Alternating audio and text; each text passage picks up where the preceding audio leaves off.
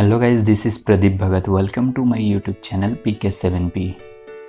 नमस्कार। आज के इस वीडियो में हम लोग बात करने वाले हैं एनसीईआरटी हिंदी क्लास 10 का चैप्टर 4 आत्मकथा, जिनके रचयिता है जयशंकर प्रसाद। आज के इस वीडियो के माध्यम से हम लोग इस चैप्टर का कविता का सारांश यानी भावार्थ को समझेंगे। अगर आप लोग इस चैप्टर का क्वेश्चन आंसर का वीडियो देखना चाहते हैं तो उसका लिंक नीचे डिस्क्रिप्शन में दिया हुआ है, जाकर जरूर देख ले। तो प्लीज़ गाइस वीडियो को कंप्लीट वॉच कीजिए, क्योंकि मैं आप लोगों को कंप्लीट इन्फॉर्मेशन देता हूँ और एक एक वर्ड का मीनिंग को तोड़ तोड़ कर समझाता हूँ। और हाँ गाइस, आगे बढ़ने से पहले जरा इस वीडियो को लाइक कीजिए, चैनल को सब्सक्राइब कीजिए और नोटिफिकेशन बेल को ऑन कर लीजिए ताकि आगे आने वाली वीडियोस का भी लुत्फ उठाते रहें। देखिए, कवि जयशंकर प्रसाद जी कह रहे हैं कि मधुप गुन गुनाकर कह जाता है कौन कहानी यह अपनी, मुरझाकर गिर रही पत्तियां देखो कितनी आज घनी। इस गंभीर अनंत नीलिमा में असंख्य जीवन इतिहास, यह लोग करते ही करते हैं अपने व्यंग मलिन उपहास। तब भी कहते हो कह डालो दुर्बलता अपनी बीती, तुम सुनकर सुख पाओगे देखोगे यह सागर रीति।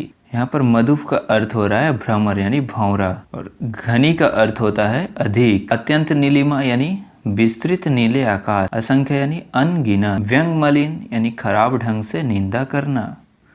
उपहास यानी हंसी उड़ाना, मजाक उड़ाना। दुर्बलता यानी कमजोरी। गागर रीति यानी ऐसा मन जिसमें कोई भाव नहीं हो, यानी खाली घड़ा। प्रस्तुत पंक्तियों के माध्यम से कवि जयशंकर प्रसाद जी अपने जीवन उपवन में मन रूपी भ्रमर गुंजार करता हुआ जीवन की कहानी कह जाता है। कवि इतना तो जानता है कि उसके जीवन रूपी उपवन की कितनी घनी पत्तियां मुरझा कर गिर गई, अर्थात उसके जीवन को यानी उपवन को हरा भरा करने वाली, खुशियां प्रदान करने वाली उसके जीवन का साथ छोड़कर चली गई। इस अनंत विस्तृत आकाश में कितने ही महापुरुषों ने अपने जीवन वृत्त लिखे हैं। उनसे यही प्रतीत होता है कि उन्होंने अपना जीवन वृत्त लिखकर अपना उपहास किया है, या उन महान पुरुषों के जीवन वृत्त के सम्मुख अभाव से भरे अपने जीवन वृत्त को लिख अपना उपहास कराने के अतिरिक्त और कुछ नहीं किया है। यह जानते हुए मित्रों द्वारा जीवन वृत्त लिखने के लिए कह जाने पर कवि उनसे कहता है, फिर भी मुझसे अपेक्षा करते हो कि मैं अपनी दुर्बलताएं, बुराइयां, निराशाएं भरी जीवन कथा लिखूं।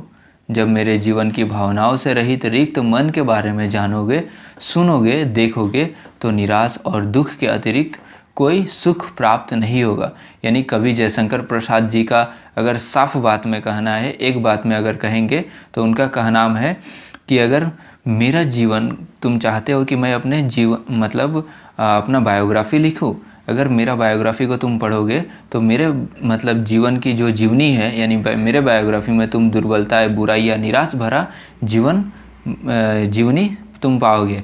तुम क्या चाहते हो, मैं ऐसा ही कहानी लिखूं? आगे देखिए, किंतु कहीं ऐसा ना हो कि तुम ही खाली करने वाले, अपने को समझो मेरा रस ले अपनी भरने वाले। यह विडंबना अरी सरलते लते तेरी हंसी उड़ाऊं मैं, भूले अपनी यह प्रवचना औरों की दिखलाऊं मैं। उज्ज्वल गाथा कैसे गाऊं मधुर चांदनी रातों की, अरे खिल खिलाकर हंसते होने वाली उन बातों की। यहाँ पर विडंबना का अर्थ होता है दुर्भाग्य, प्रवचना यानी धोखा, गाथा का अर्थ है कहानी। जो लोग कवि से आत्मकथा लिखने का निवेदन करते हैं उनसे कवि का कहना है कि मेरा जीवन तो विडंबनाओं से भरा है। यदि मैं अपनी विडंबनाओं को बताने लगा तो पूछने वाले कहीं यह न समझने लगे कि उन विडंबनाओं का कारण हम ही है। कवि कहते हैं कि मेरी रिक्तता को जानकर कहीं आप लोग यह न समझ ले कि मेरी रिक्तता यानी मेरे खालीपन का कारण हम ही है, जो मेरे रस यानी मेरी खुशियों को समेटकर अपने जीवन में खुशियां भरते रहे हैं। कवि का जीवन इतना सरल रहा जो दूसरों के स्वभाव को समझ ही न सका। इस तरह अपनी सरलता को बताकर कभी अपनी हंसी उड़ाने का अवसर देना नहीं चाहते। कभी अपनी भूलों को या जहाँ तहाँ यानी जहाँ जहाँ धोखा खाया है उनको औरों के सामने प्रकट कर अपनी सरलता की हंसी उड़वाना उचित नहीं समझता है।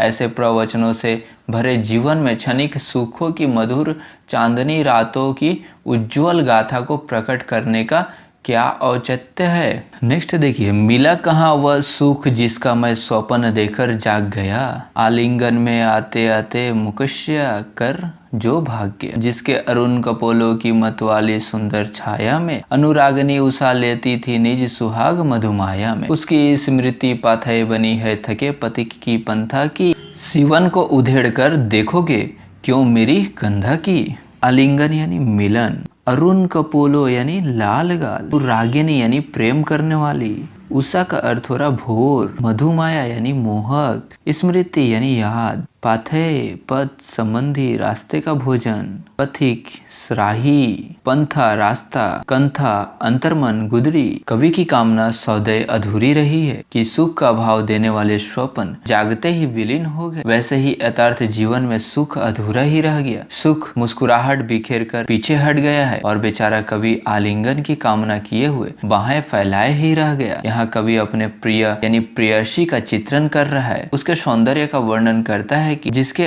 अरुणिमा रक्तिम गालों के समीप रहते हुए उसे ऐसा प्रतीत होता था कि अनुराग बिखरती हुई उषा हो, उसकी स्मृतियां कचोटती है और थके हुए पथिक के लिए संबल यानी सहारा के रूप में पाथेय बनी हुई है। आत्मकथा के लिए प्रेरित करने वालों से पूछता है कि मेरे जीवन की गुदड़ी में सीवन को उधेड़ कर अर्थात विस्मृत पीड़ा को उधेड़ने पर दर्द के अतिरिक्त जीवन में विशेष कुछ नहीं दिखाई देगा। छोटे से जीवन की कैसी बड़ी कथाएं आज कहूँ, क्या यह अच्छा नहीं है कि औरों की सुनता मैं मौन रहूं, सुनकर क्या तुम भला करोगे मेरी भोली आत्मकथा, अभी समय भी नहीं थकी सोई है मेरी मौन व्यथा। प्रस्तुत पंक्तियों के माध्यम से कवि कहते हैं कि अपने सामान्य जीवन की बड़ी बड़ी गाथा कैसे कहूँ, कैसे लिखूं, इससे तो यही उचित है कि अपनी गाथा को न कहकर मौन रहकर दूसरों की गाथाएं सुनूं। आत्मकथा के लिए प्रेरित करने वाले आत्मीय जनों से कहते हैं कि मेरी सरल भोली साधारण कथा को सुनकर या जानकर कुछ प्रेरणा नहीं मिलने वाली है। अगर आप लोग इस चैप्टर का क्वेश्चन आंसर का वीडियो देखना चाहते हैं तो उसका लिंक नीचे डिस्क्रिप्शन में दिया हुआ है। यदि आप लोग क्लास 10 का यानी कोर्स ए का क्षितिज भाग 2 का सभी चैप्टर्स का वीडियो लाइन वाइज देखना चाहते हैं तो उसका भी लिंक नीचे डिस्क्रिप्शन में दिया हुआ है, जाकर जरूर देख ले। आई होप गाइस आप लोगों को यह वीडियो हेल्पफुल लगी। फिर भी आपको कोई डाउट्स है तो आप हमें फेसबुक, इंस्टाग्राम या ट्विटर पे फॉलो करके आप हमारे साथ जुड़ सकते हैं। मैं प्रदीप भगत मिलता हूँ आपसे एक नए वीडियो में एक नए टॉपिक के साथ। तब तक के लिए बाय बाय, टेक केयर, जय हिंद।